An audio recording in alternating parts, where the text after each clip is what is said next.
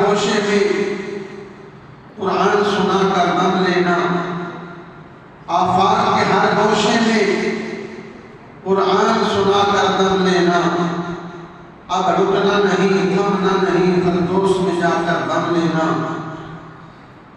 زمانہ نزول جو سورۃ الحجرات ہے، حضرت سیدنا حسن بصری رحمۃ اللہ علیہ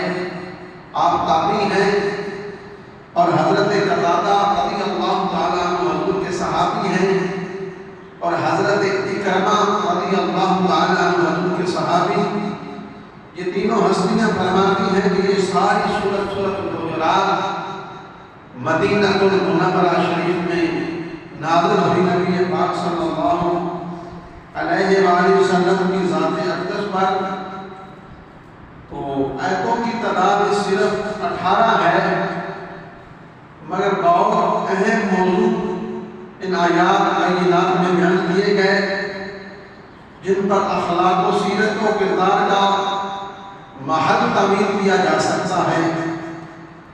جن کی برکت سے معاشرے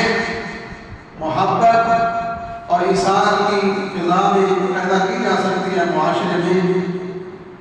اگر سورت کے اہم موضوع